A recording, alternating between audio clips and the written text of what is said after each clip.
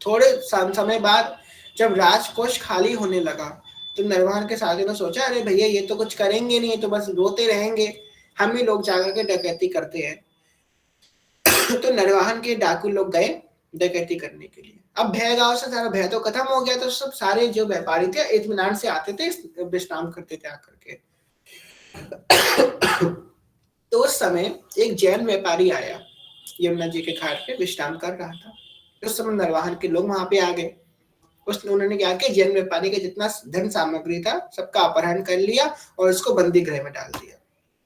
अब नरवाहन के घर में जो झाड़ू पोछे करने वाली आती थी, हमारे शास्त्र कहते हैं कि अगर किसी के घर का व्यक्ति कैसा है, मालिक कैसा है, उसके बारे में जानना हो तो उसके घर जो काम करने वाले लोग हैं उनके स्वभाव को देख लो। क्योंकि जो मालिक होता है उसका स्वभाव उसके कर्मचारियों पे अवश्य आता है, अवश्य प्रभावित होते हैं। तो वो काम वाली जो थी नरवाहन के किले में, जो झाड़ू पोछा लगाती थी, सोहनी के लगाती थी, वो सुनती थी कि नरवाहन कितने समय से रोज इनके कमरे से हा हरिवंश, मेरो जीवन हरिवंश, मेरो प्राण हरिवंश, श्री हरिवंश, श्री हरिवंश, ये रोने की विलाप की आवाज वो सुनती थी। तो समझ गई थी कि नरवाहन जी हरिवंश के प्रति समर्पित हैं। कौन है हरिवंश उसे कुछ नहीं पता था। उसके बाद क्या हुआ, जब वो बंदी गृह में झाड़ू पोछा लगाने गई, देखा अरे बड़े दिनों से तो कोई बंदी गृह पे आया नहीं, तुम कौन हो भाई? तो उसने बोला, हम जैन व्यापारी हैं, इन्होंने क्या किया, हमारा सारा धन भी अपहरण कर लिया और हमको बंदी गृह पे डाल दिया, हमारी कोई गलती नहीं थी, हम तो निर्दोष थे, हम ऐसा कैसा किया। तो उस बुढ़िया को दया आ गई। उसने कही, मैं तुमको एक उपाय बताऊंगी कि तुम बंदी गृह से छूट जाओगे। तो बोले, क्या उपाय? तो बोली, जब रात का एकदम 12 बजे रात का अर्धरात्रि हो, उस समय तुम जोर जोर से स्वर में श्री हरिवंश, मेरो गुरु हरिवंश, मेरो प्राण हरिवंश, मेरो जीवन हरिवंश, श्री हरिवंश, हा हरिवंश, इस प्रकार जोर से चिल्ला चिल्ला के तो बोलने लग जाना सब लोग मिलकर।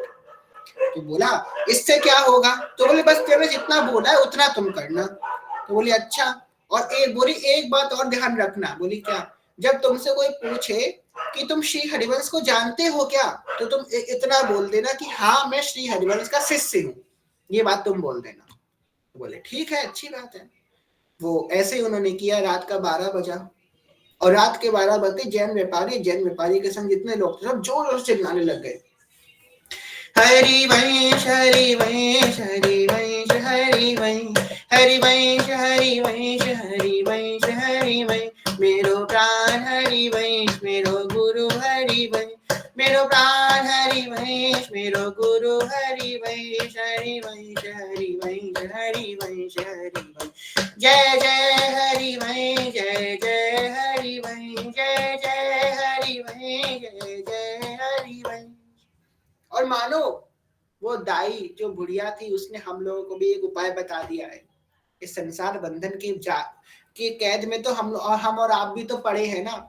जोर जोर से चिल्लाए, हा हरिवंश, मेरो गुरु हरिवंश, मेरो जीवन हरिवंश। और निकुंजेश्वरी भोरी किशोरी सामनेजू की नजर जब जाएगी, अरे ये श्री हरिवंश कौन बोला, हमसे आके के पूछेंगी, तुम कौन हो?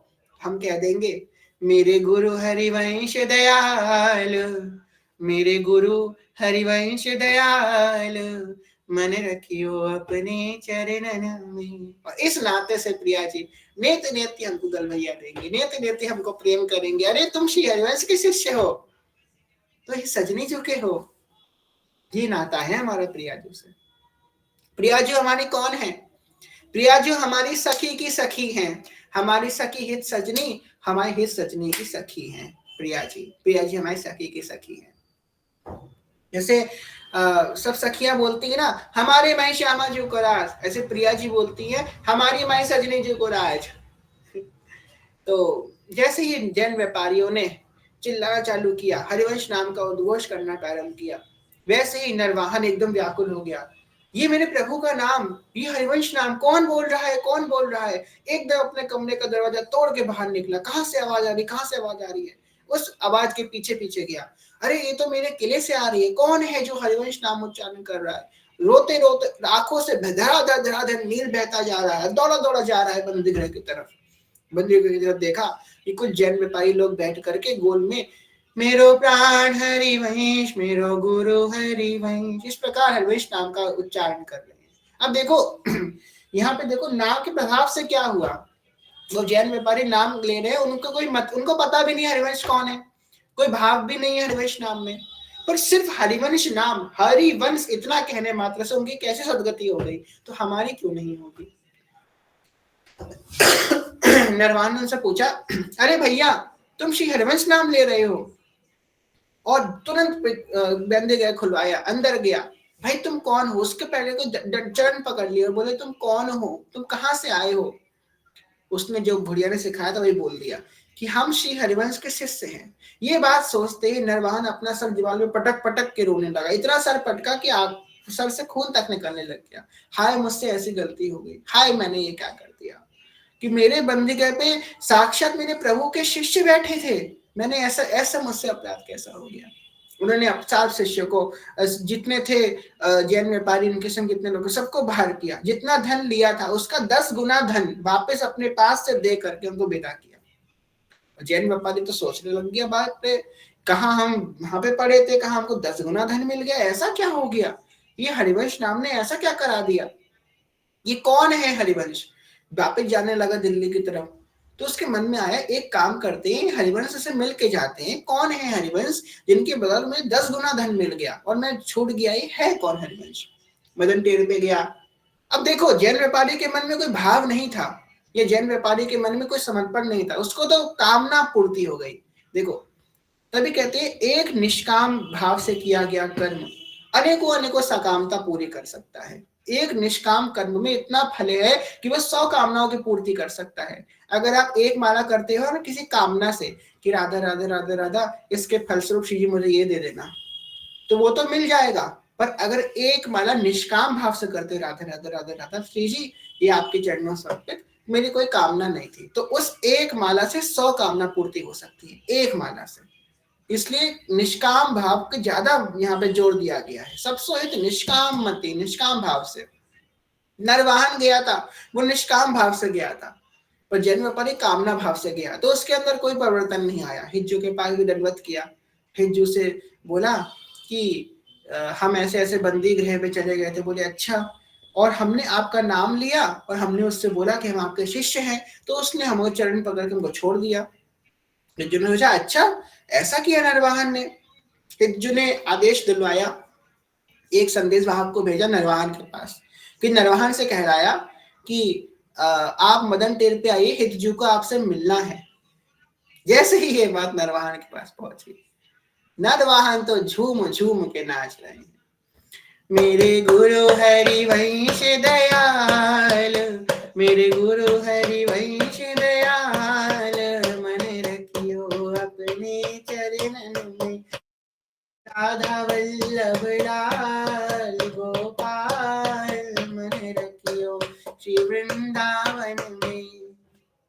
एकदम नाच नाच के नाच भी रहे हैं, डर भी लग रहा है, ऐसा मुझसे क्या अपराध हो गया कि मुझे बुलाया जा रहा है, बड़ा डर डर के नरवाहन गए। कहा नरवाहन कैसे स्थिति थी, नरवाहन कोई पागल नहीं थे, आप लोग इसे सोचो नरवाहन की जो हरकतें एकदम पागल जैसी हरकतें नहीं, वो ऐसे हिंसक थे कि अगर कोई आंख उठा के देख लेता उसकी तरफ तो गला काट देते थे, इतनी सी बात है। और ऐसे व्यक्ति का कैसा परिवर्तन कर दिया कि जो प्रेम विरह में ऐसा व्याकुल हो रहा है। डर डर के नरवाहन जी गए राधा वल्लभ जी के दर्शन करने। राधा वल्लभ जी के दर्शन करने गए तो उस समय श्री राधा वल्लभ जी विराजमान थे, हिज्जू की सेवा में थे। हिज्जू जैसे ही पधारे सेवा से उठ करके नरवाहन के सामने, नरवाहन तो बस उनको देखते ही रहे। कैसा स्वरूप है हिज्जू का, जो रोमन रोम हो अखिया, जो देखे एक टक कोई, ना हो एक रोम छवि पूरी, हजारों कल्प भरियाली। अभी कुछ और फिर कुछ और फिर कुछ और छिन छिन में, अभी कुछ और फिर कुछ और, फिर कुछ और छिन छिन में, जभी देखो नई मूरत। हम अपने आप को पिन कर देते हैं, ऐसे ही तुझे हवाएं लग रहे हैं। जभी देखो नई मूरत, नयाला वर्णिका झरियाली। जभी देखो नई मूरत, नयाला वर्णिका झरियाली। हितजु जाकर के अर्ध पद्मासन स्थिति में भगवान के सामने बैठे। एवं हितजु श्री हिताचार्य ऋषि अवतार हित सजनी हितजु सबसे पहला शिष्य अपना नरवाहन को बनाते हैं, उनको मंत्र दीक्षा देते हैं और आज से नरवाहन श्री हित नरवाहन हो जाते हैं। बोले नरवाहन जी महाराज की जय। आज से नरवाहन श्री हित नरवाहन हो जाते हैं। ये है नरवाहन की किस प्रकार महाप्रभु ने नरवाहन को निहाल किया। नरवाहन प्रभु निहाल लोचन भरी घोषनार, न किसी का सौंदर्य काम तो खुद कंदिनी।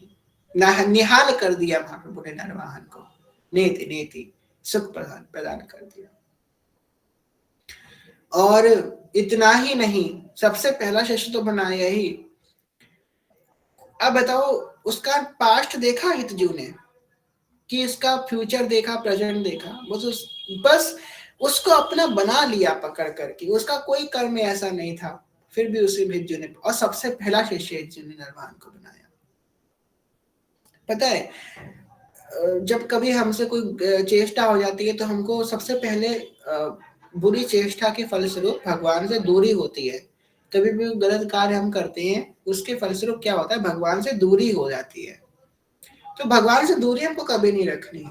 हम चाहे अच्छे हैं चाहे बुरे हैं, हम श्री जी के हैं, हम हितजू के हैं, हम हरिवंश नाम के हैं, हरिवंश धाम के हैं। ये बात हम हमेशा अपने मन में रखें। आप एक बात बताओ, चलो सेल्फ एग्जामिनेशन करो, क्या भगवान ने जब आपको स्वीकार किया था, जब आप भक्त बने थे, तो क्या आपके कर्म बहुत अच्छे थे?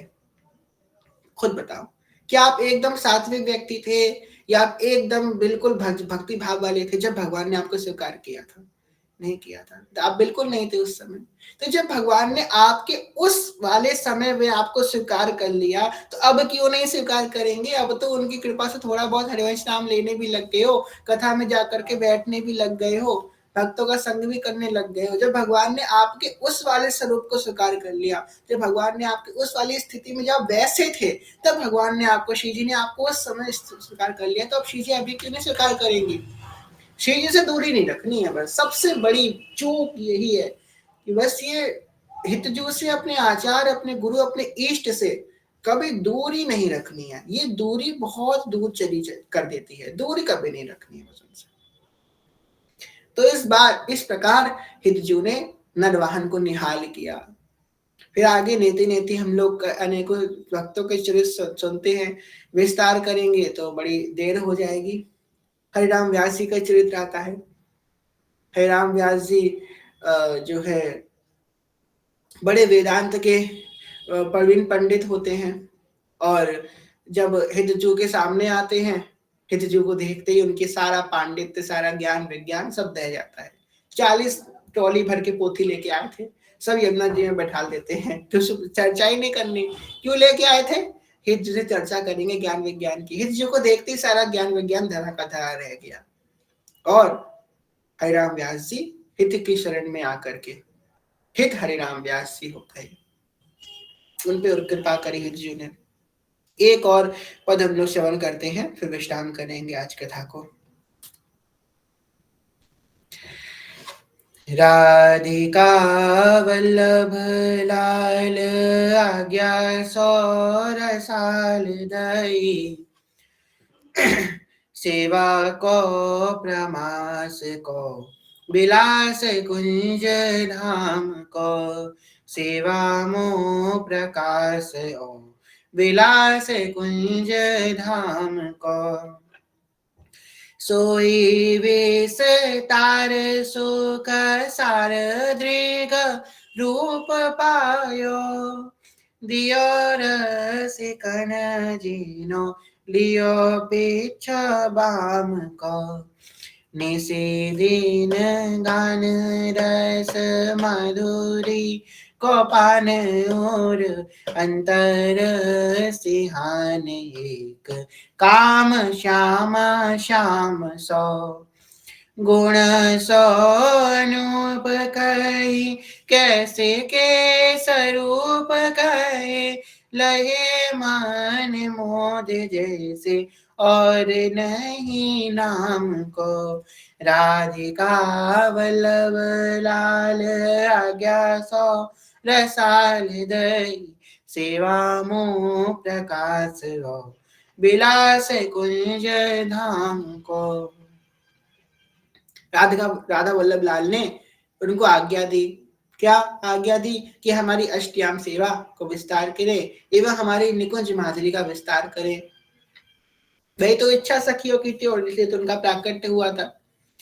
तो 84 पदों के माध्यम से श्री जी की लीला, और इतनी लीला बस इतनी ही नहीं है, बहुत अनंत है। बस 84 पद तो बस एक ट्रेलर है। आगे आगे की लीला तो निकुंज में जाकर के पता चल जाएगी। हम लोगों को तो 84 पद भी समझ में आ रहे हैं, बताइए। जी तो बिल्कुल हितजू ने बिल्कुल बेसिक, कहते हैं ना, एकदम बेसिक वाला हम लोगों को दिया है 84 जी। तो तब भी हम लोग नहीं समझ पा रहे। 84 समझना का हम लोग 84 तो कंठस्थ नहीं हो रही, कंठस्थ का 84 से गाई नहीं जा रही हम लोगों से, वो तो बहुत दूर की बात है। सब हो जाएगा काम, सब हो जाएगा, कोई डरने वाली बात नहीं है। श्री हरिवंश नाम सब कुछ करवा देगा।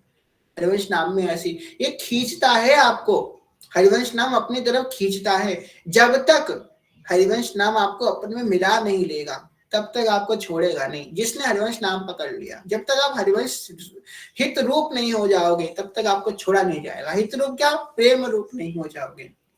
हरिवंश नाम में जो सा है ना, उस सा में सखियों के बीच में आप बिन जब तक नहीं चले जाओगे तब तक आपको छोड़ा नहीं जाएगा, आपको खींचता रहा जाएगा। ये नस नाड़ी में समा जाता है हरिवंश नाम, आपको खींचता है, संसार से दूर करेगा। अभी तो संसार के बीच में एकदम आके खड़ा हो जाएगा। जैसे आप गाड़ी चला रहे हो, कोई बीच में आकर खड़ा हो जाए तो आपका रास्ता रोक के खड़ा हो जाएगा।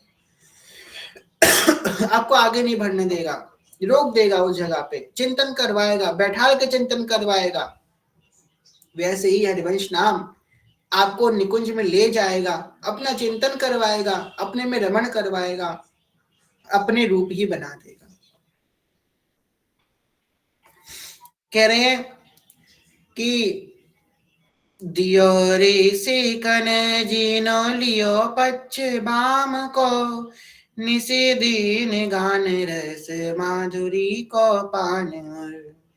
इस दिन रस माधुरी का गान, उसका पान, उसका भ्रमण, यही तो एक काम है रसिकों का। और रसिकों को जीवन मूड दिया, जीने का सहारा दिया हितजू ने अपनी वाणी। रसिक रसिक कैसे जिएंगे बताओ? रसिकों को कोई वेद वेदांत से कोई मतलब नहीं है।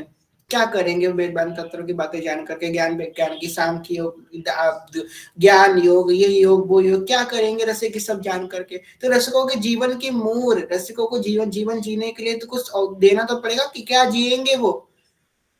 तो हितुजी ने कृपा करके 84 पद दिए हैं कि इसके माध्यम से तुम जीवित रह लो, इसके माध्यम से तुम इसमें रमण कर लो, इतना तो तुम कर लो कम से कम। एवं एक बहुत सुंदर बात कह रहे हैं, निषेधीन गान रस माधुरी को पान और अंतर सिहान एक। काम श्यामा श्याम को, एक काम श्यामा श्याम को, और किसी से कोई मतलब नहीं है। प्रिया प्रीतम, बिहारी बिहारिन, लाड लाडली,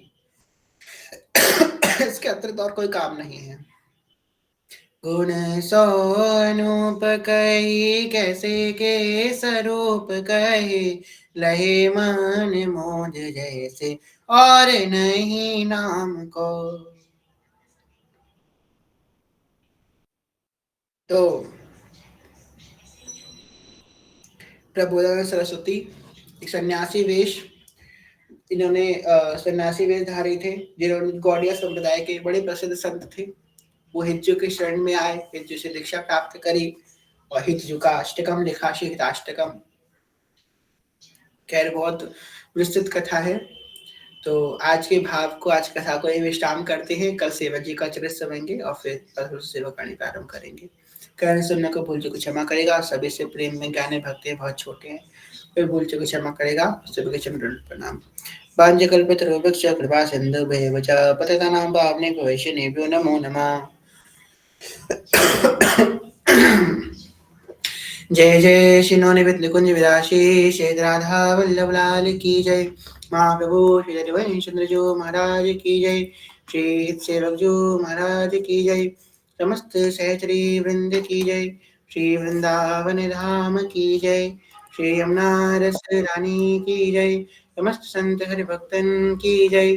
श्री सदगुरुदेव भगवान की जय। दादा गुरुदेव भगवान की जय। जय जय श्री राधे श्याम। जय जय श्री राधे श्याम। जय जय श्री राधे श्याम। जय जय श्री हरिवंश। प्रेम से लिखिए श्री हरिवंश चरण शरण, श्री हरिवंश चरण शरण, श्री हरिवंश चरण शरण। जय जय श्री हरिवंश।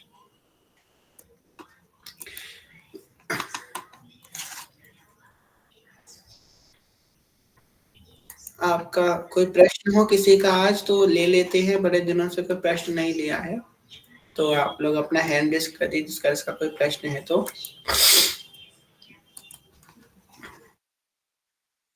श्री हरिवंश पंकज भैया। श्री हरिवंश। श्री हरिवंश। कैसे हैं आप? हे दिशु की कृपा है। बस यही होनी चाहिए। वैसे तो मन में कोई शंका है नहीं कि श्री हरिवंश नाम में की जो निष्ठा है और जो रुचि है, अगर ये साधक को हो तो हर समस्या का समाधान उसको वहीं से मिल जाता है।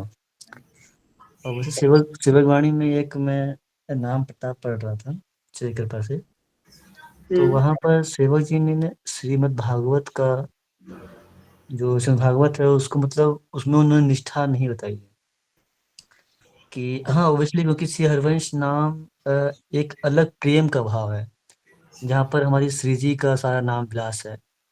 और और अगर भागवत की बात की तो भागवत में बस कृष्ण प्रेम है। तो फिर एक माइंड में क्वेश्चन आता है कि जब प्रिया प्रीतम दोनों सेम ही हैं तो प्रेम तो बढ़ेगा ही, चाहे हम भागवत पढ़ें या फिर हरिवंश वाणी की किताब पढ़ें। ऑब्वियसली हरिवंश वाणी में तो श्री जी का ज़्यादा नाम दिया गया है।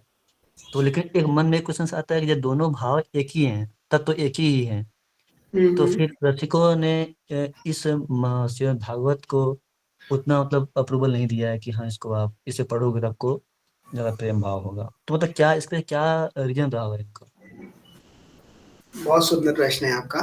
देखिए क्या है ना, पहले प्रकरण में तो सेवक जी ये कह रहे हैं, प्रथम तो भागवत को कह रहे हैं, सबसे पहले भागवत आप सुन लीजिए, उसके बाद फिर कह रहे हैं कि एक प्रोसेस है कि पहले भागवत को आप श्रवण कर लीजिए, अध्ययन कर लीजिए, उसके बाद फिर रस ग्रंथों में प्रवेश कीजिए।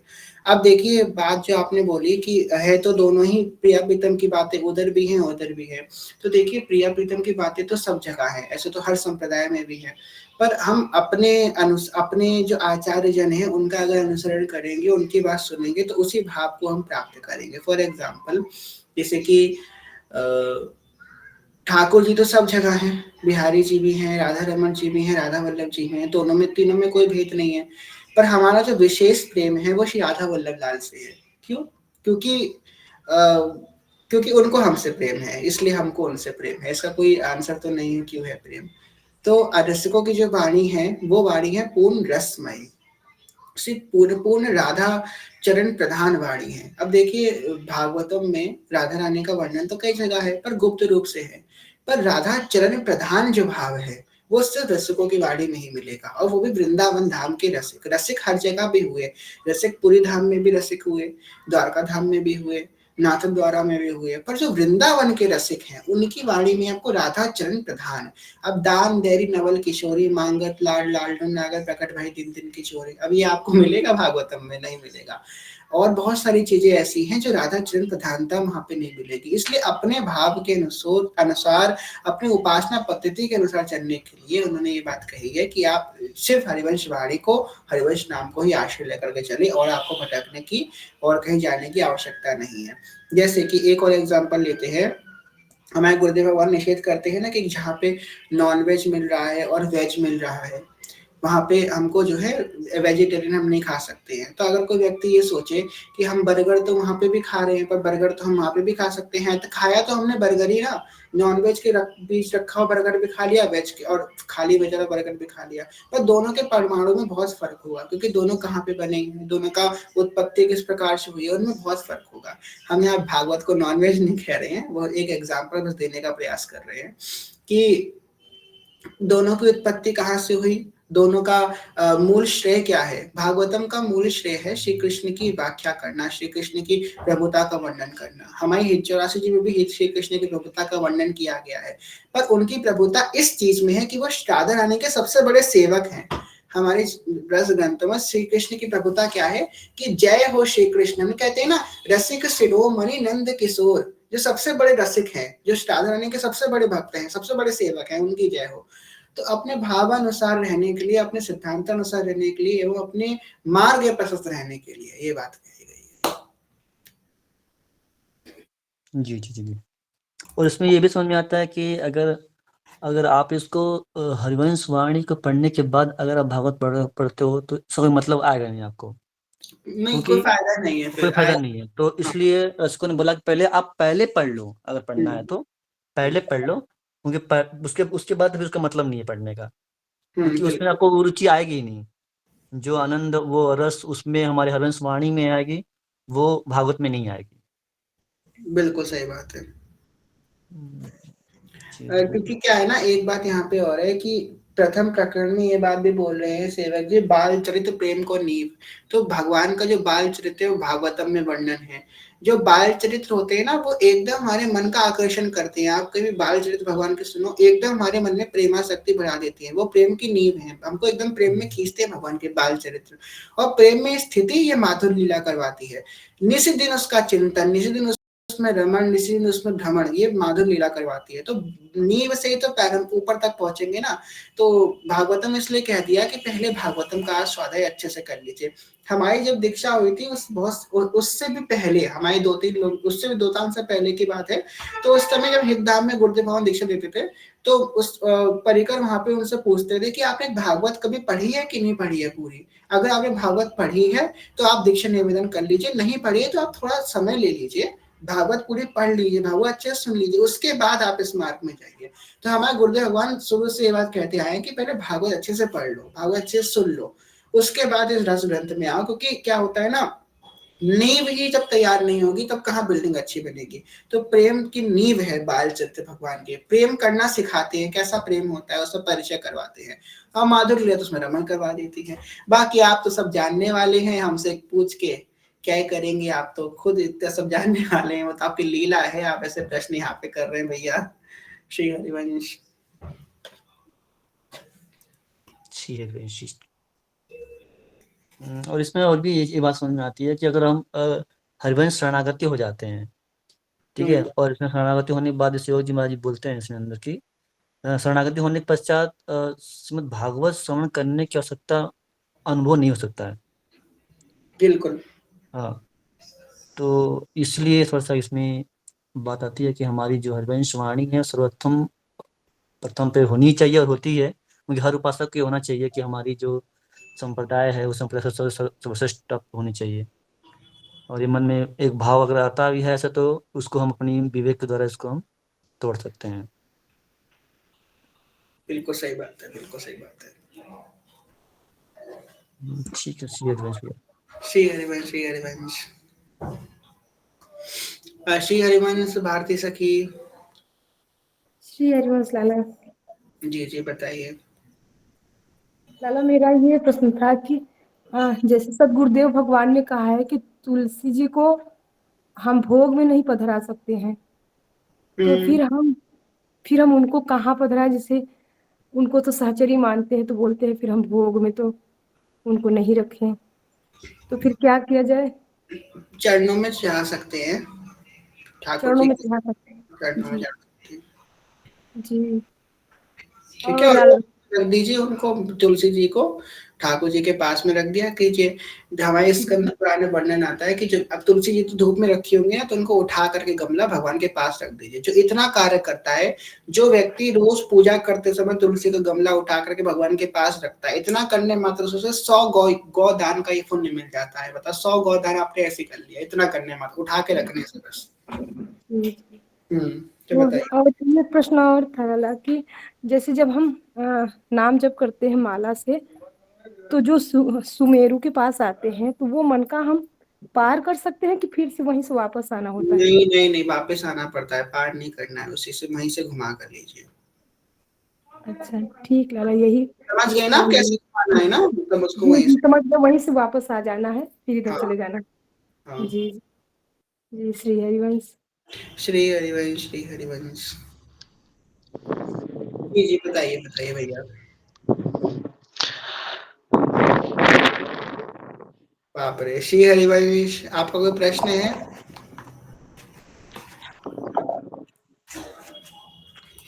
लगता है वायुदेव प्रश्न पूछने आए थे, ज्यादा हवा आ रही है, चलिए कोई बात नहीं। और किसी का कोई प्रश्न हो तो बताइएगा। अब यहाँ पे आ रहे हैं, कमेंट पे प्रश्न आ रहे हैं, बाप रे। भागवतम में गोपी प्रकरण बहुत अच्छा लगता है। हाँ, प्रारंभिक में प्रेम मार्ग में गोपी प्रकरण जरूर लेना चाहिए। लालचू के भक्त गोलोक वैकुंठ साकेत आदि जाते हैं, पर श्री जी के भक्त सिर्फ निकुंज में ही क्यों जाते हैं? निकुंज तो हिज्जू के शरण में आने से ही सिर्फ एंट्री होता है, पर अलग संप्रदाय में जो होते हैं, नीचे नहीं हो रहा, वो कैसे निकुंज पहुंच जाते हैं? बहुत सुंदर प्रश्न है। देखिए, लालजू के भक्त तो लालजू के, देखिए लालजू और श्री जी के भक्तों में भेद मत कीजिए। सबसे पहली बात, हम लोग सिद्धांत विचार लीला में भी श्रवण किया, भक्तों में कोई भेद नहीं होता। भगवान में भेद, भगवान के अनेकों रूपों में उन्होंने भेद किया, अनेकों लीला में भेद किया, पर भक्तों में कोई भी भेद नहीं होता। भक्त तो सारे समान है, जितने भी भक्त है ना, सारे भक्त जो है समान है। तो ये भेद मत कीजिए कि तुम राधा रानी के भक्त हो, हम हिज्जू के भक्त है, तुम श्री जी के भक्त हो, तीनों अलग अलग हो गए। नहीं, भक्त सब समान होते हैं, सब बराबर होते हैं। अब आपके प्रश्न पे आते हैं। अब जैसे कि सिद्धांत बहुत आसान है, इसको समझना कोई कॉम्प्लिकेटेड बात नहीं है। हरि व्यापक सर्वस्व समाना, प्रेम ते प्रकट होई न जाना। अब एक आपने एक बात सुनी होगी कि अमुक संत ने ठाकुर जी के दर्शन करे, तो उन्होंने ठाकुर जी के दर्शन करे, तो कोई बताता है कि हमने ठाकुर जी के दर्शन करे, वो हरे रंग के दिखते हैं। किसी ने बताया कि ठाकुर जी गौर दिखते हैं, किसी ने बताया कि वो काले दिखते हैं, किसी ने बताया वो नीले दिखते हैं। अब सबने अलग अलग रूप बताया ठाकुर जी का, और वो प्रामाणिक संतों ने बताया, हम आपको प्रमाण दे सकते हैं कि ये प्रामाणिक है, उन्होंने बोला कि ठाकुर जी हरे दिखते हैं। प्रामाणिक इन्होंने बोला ठाकुर जी नीले दिखते हैं, किसी ने बोला ठाकुर जी काले दिखते हैं, किसी ने बोला ठाकुर जी गोरे दिखते हैं। अब जो उनको साक्षात्कार हुआ, अब उनको, अब चार लोगों को अलग अलग कैसे दिख गए भगवान? भगवान तो वही है। तो भगवान सीमित नहीं है, हम हैं सीमित। हम अपने जैसे दिखते हैं वैसे ही रह सकते हैं। भगवान भाव के अनुसार देह धारण करते हैं। निज इच्छा निर्मित तनु माया गुण गोपाल। निज इच्छा, भक्तों की इच्छा अनुसार भगवान देह धारण करते हैं। उनका कोई ऐसा नहीं है कि वो सीमित है, भगवान के पास सीमित नहीं, भगवान अल्टीमेट है, भगवान कैसा भी धारण कर सकते हैं। जैसे भक्तों की इच्छा होती है, भगवान वैसे ही रूप धारण करते हैं। किसी की गोलोक में जाने की इच्छा होती है तो भगवान उसे गोलोक में ले चलते हैं। किसी की वैकुंठ जाने की इच्छा होती है, भगवान वैकुंठ में ले जाते हैं। किसी की साकेत जाने की इच्छा होती है, साकेत ले जाते हैं। ना कोई छोटा है, ना कोई बड़ा है, ना कोई ऊपर है, ना कोई नीचे है, भक्तों का भाव है। जहां भक्तों का भाव होता है, वहां भगवान को लेके चले जाते हैं। अब आई निकुंज की बात। आपने कहा कि निकुंज में जो है हितजू की शरणागति के बिना निकुंज में जाना असंभव है, और ये बिल्कुल सत्य बात है। तो और संप्रदाय के लोग निकुंज में कैसे चले जाते हैं? और संप्रदाय में निकुंज भाव की उपासना ही कहाँ है? कहाँ है निकुंज भाव की उपासना? अग्र स्वामी जी में निकुंज भाव की उपासना है, हरिदास जी महाराज में निकुंज भाव की उपासना है, वनशैली जी में निकुंज भाव की उपासना है, और हमारे संप्रदाय में निकुंज भाव की उपासना है। चारों सखियां ही तो हैं। सखियों के अलावा कोई निकुंज पहुंचा ही नहीं सकता है। वनशैली सखी हैं, ललिता जी सखी हैं, और अग्र स्वामी जी सखी हैं, हमारे हिज्जू सखी हैं। सखियों के बिना कोई निकुंज ले जा सकता। अभी हम लोग रोज सुनते हैं कि सखियां सब एक हैं, कि सखी में कोई भेद नहीं है। पहले ही प्रकरण में आपका जो प्रश्न है, इसका उत्तर अब आपको हरिवंशी के तौर पे क्या समझना है। पहले ही प्रकरण में सेवक जी महाराज ने पहले नहीं शायद दूसरे प्रकरण में उन्होंने कही है, सब अवतार भक्ति विस्तरी पुनि रस रीति जगत, पहले ही प्रकरण में कही है, सब अवतार भक्ति विस्तरी पुनि रस रीति जगत उद्धरी कयो धर्म अपनो प्रकट। अनेकों आचार्यों के रूप में प्रकट होकर के, विदिक विदिक आचार्यों के रूप में प्रकट होकर के विदिक विदिक उपासना पद्धति को स्थापित किया और फिर अंत में हिज्जू ने अपना धर्म कहा।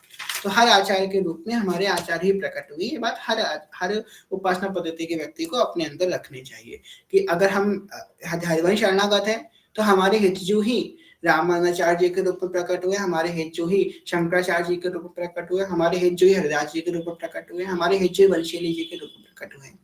अगर हम रामानंदी हैं तो हमारे रामानंदाचार्य भगवान ही हिज्जू के रूप में प्रकट हुए, वही हरिदास जी के रूप में प्रकट हुए। ये हर व्यक्ति को अपने अंदर रखना चाहिए, इससे भेद बुद्धि खत्म हो जाएगी और सब में संभाव हो जाएगा। भेद बुद्धि जहां होगी ना तहां निंदा और स्तुति होना प्रारंभ हो जाएगी। स्तुति तो अच्छी बात है पर निंदा आपको नीचे लेकर चली जाएगी। इसलिए हमारे आचार्य ही हर रूप में प्रकट होकर के भक्ति का विस्तार कर रहे हैं, यही भाव है। और सेवक जी ने बात को प्रमाणित भी कैसे अवतार भक्ति विस्तरी। ठीक है, कह रहे हैं मंजरी क्वेश्चन मार्क। तो मंजरी भाव की उत्पत्ति भी उन्हीं से गजारा हुई है। तो जितने आचार्य हैं सबने जो है उपासना पद्धति स्थापित करी, हर आचार्य के रूप में जो ही प्रकट होकर के उपासना पद्धति को स्थापित कर रहे हैं। ठीक है, श्री हरिवंश आपका प्रश्न का उत्तर हो गया। और किसी का कोई प्रश्न है तो अभी ले लीजिए, बट होली उत्सव प्रारंभ करते हैं। कोई प्रश्न नहीं है, ठीक है, होली उत्सव प्रारंभ करते हैं।